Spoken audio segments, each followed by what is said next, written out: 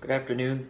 My name is Nicholas Rivetto, and today I will be speaking to you about nonverbal communication and, more importantly, the nonverbal cue of touch and the way it plays in nonverbal communication and the perception others pick up on using these nonverbal cues, such as touching.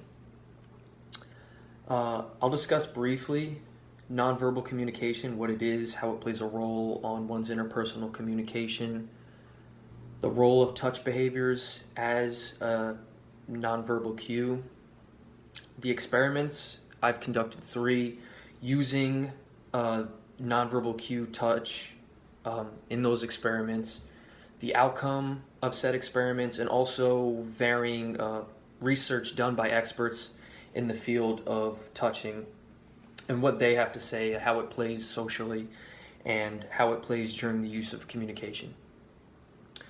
Nonverbal communication is the behaviors and characteristics that convey meaning without the use of words. So basically, it's certain actions that a person may use while communicating with someone. Like I said, I'll be talking to you primarily about touch, but there's others such as movement, body gestures, eye movement, but I will be primarily talking to you about touch. Touch behaviors are one of the 5 senses used to communicate, and we can read in our text that touch is actually the one sense that we can't survive without.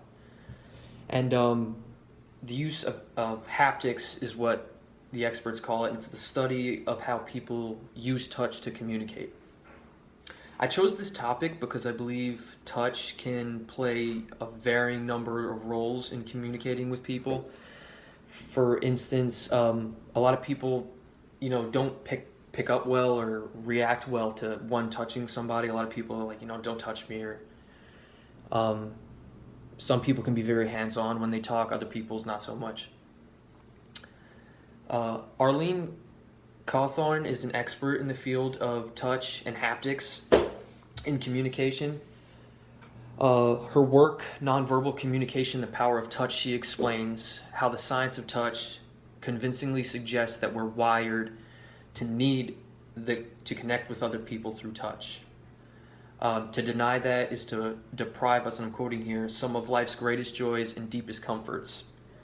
A loving touch releases oxytocin, or the bonding hormone. So she's pretty much going into the science of touch and communication and how we need these touches.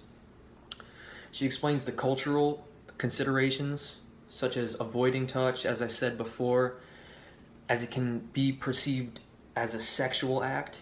Especially nowadays, people tend to stay away from, touching others inappropriately, as it can be perceived as, offensive, or, something not wanted. She also goes into touching someone of higher status than you, as it can be something not really done a lot. As, touch can also be a dominance thing. A firm handshake, as I'll go into later, a firm handshake can, an extra firm handshake can be perceived as something as a dominance issue, as wanting to have control over someone by, initially presenting yourself as an aggressive person who takes control. Another expert in the field, Rick Shillett, is the author of The Power of Touch. He also further explains the use of haptics in communication. He goes into an area he calls the laws of social contact, in which he discusses the effect certain degrees of touch play. For instance, a limp versus firm handshake, and how they both send various messages. A limp handshake shows uncertainty or low enthusiasm. If you were to shake somebody's hand, for instance, one of the experiments I get into is when I shake my boss's hand with a limp handshake. It can be picked up as, not wanting to be somewhere, or low confidence, or, just poor communication skills in general. And it shows a lack of professionalism, especially in a business setting. Also, how I said before, a shake too firm can send a message of dominance over the receiver of said shake.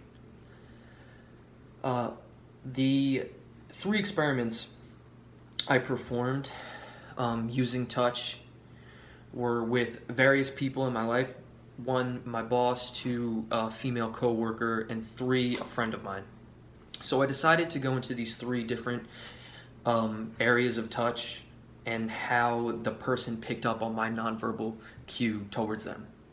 So the first one was my boss. I showed up to work in the morning, and usually when we first see each other, we say good morning, shake each other's hand. So, when I approached him to shake his hand, I just gave him a really limp handshake, and kind of like, wasn't really like, good morning, like how's it going?